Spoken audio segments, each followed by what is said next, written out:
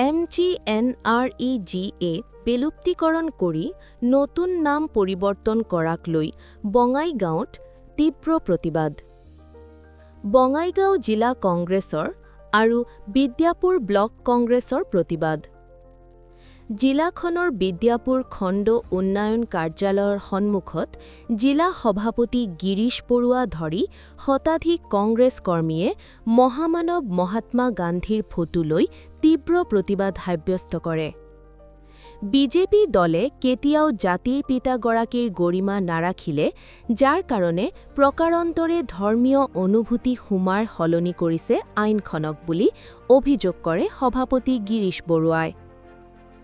উক্ত অনুষ্ঠানত উপস্থিত থাকে বঙাইগাঁও জিলা কংগ্ৰেছ সমিতিৰ সাধাৰণ সম্পাদক তথা সৃজনগ্ৰাম বিধানসভা সমষ্টিৰ প্ৰাৰ্থিত্ব প্ৰত্যাশী মুছাৰফ হুছেইন।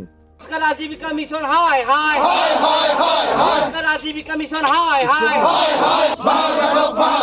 MGNREGA बहाल रखो কর্ম সংস্কৃতি সৃষ্টি করক বিজেপি সরকার হায় হায় মোদী সরকার হায় হায় Himanta Biswa Sarma go back Himanta Biswa Sarma go back সংকট পরিবর্তন চৌধুরী কাম নাই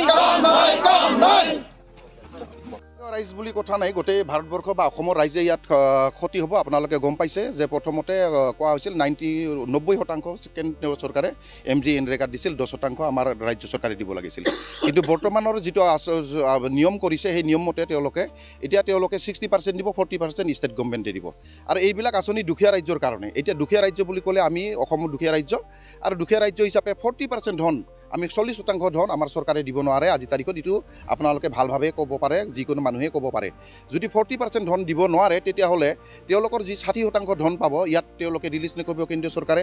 গতিকে যিটো কামৰ মজুৰি দিয়া কথা আছিল, আজি তাৰিখত জব কাৰ্ডৰ মাত্ৰ 256 টকা মজুৰি, কিন্তু এই মজুৰি একেবাৰে শেষৰ মানুহজনলৈ, দুখীয়া মানুহজন যিসকলে কৰ্মক বিশ্বাস কৰে, যিসকলে মানসিকভাৱে দুৰ্বল, শাৰীৰিকভাৱে দুৰ্বল, তেওঁলোকৰ কাৰণে এই জব কাৰ্ডৰ আঁচনি আছিল আৰু কৰ্মসৃষ্টিৰ জৰিয়তে আমাৰ সম্পদ সৃষ্টি আছিল।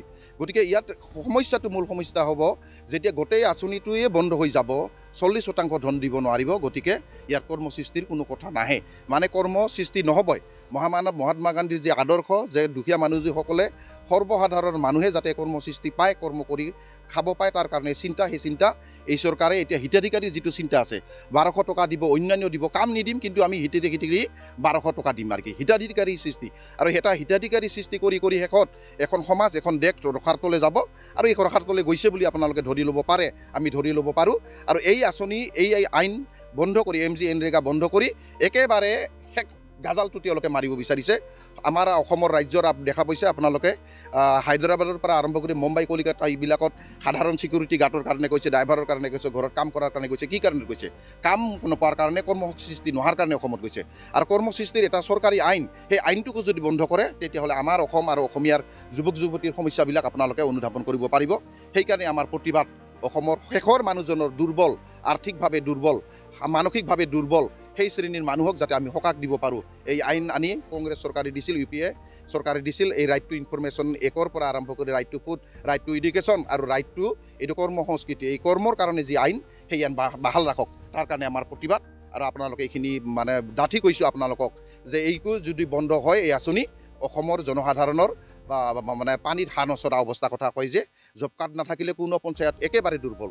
পঞ্চায়তবিলাক আপোনালোকে চাব, জব কাৰ্ডৰ কামতে পঞ্চায়ত চলি আছে। এতিয়া যেতিয়া ধনে নাথাকিব, পঞ্চায়তৰ অস্তিত্বহীন। গতিকে এতিয়া পঞ্চায়তৰ আজি 2-3 বছৰ ধৰি, 4 বছৰ ধৰি পঞ্চায়তত ফাণ্ড নাই। এতিয়া যি কাম কৰিছিল জব কাৰ্ডৰ জৰিয়তে, এতিয়া জব কাৰ্ডৰ কাম বন্ধ হোৱা মানে পঞ্চায়তৰ অস্তিত্ব শেষ।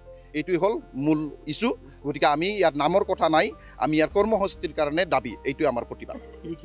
ৰাইজৰ কাৰণে কৃষি কাম কৰাৰ কাৰণে জলসিঞ্চনৰ ব্যৱস্থা আমাৰ চৰকাৰে দিব পৰা নাই। যিবিলাক বীজ গুটি দিয়ে, যিবিলাক অনুদান দিয়ে, সেইবিলাকৰ পাৰ্চেণ্টেজ দিব লাগে, সেইবিলাকৰ এটা সময়মতে নাপায়। মোক যদি বীজ এটা ধানৰ গুটি দিছে, আলুৰ গুটি দিছে, আলুৰ খেতি শেষ হোৱাৰ পিছত দিব।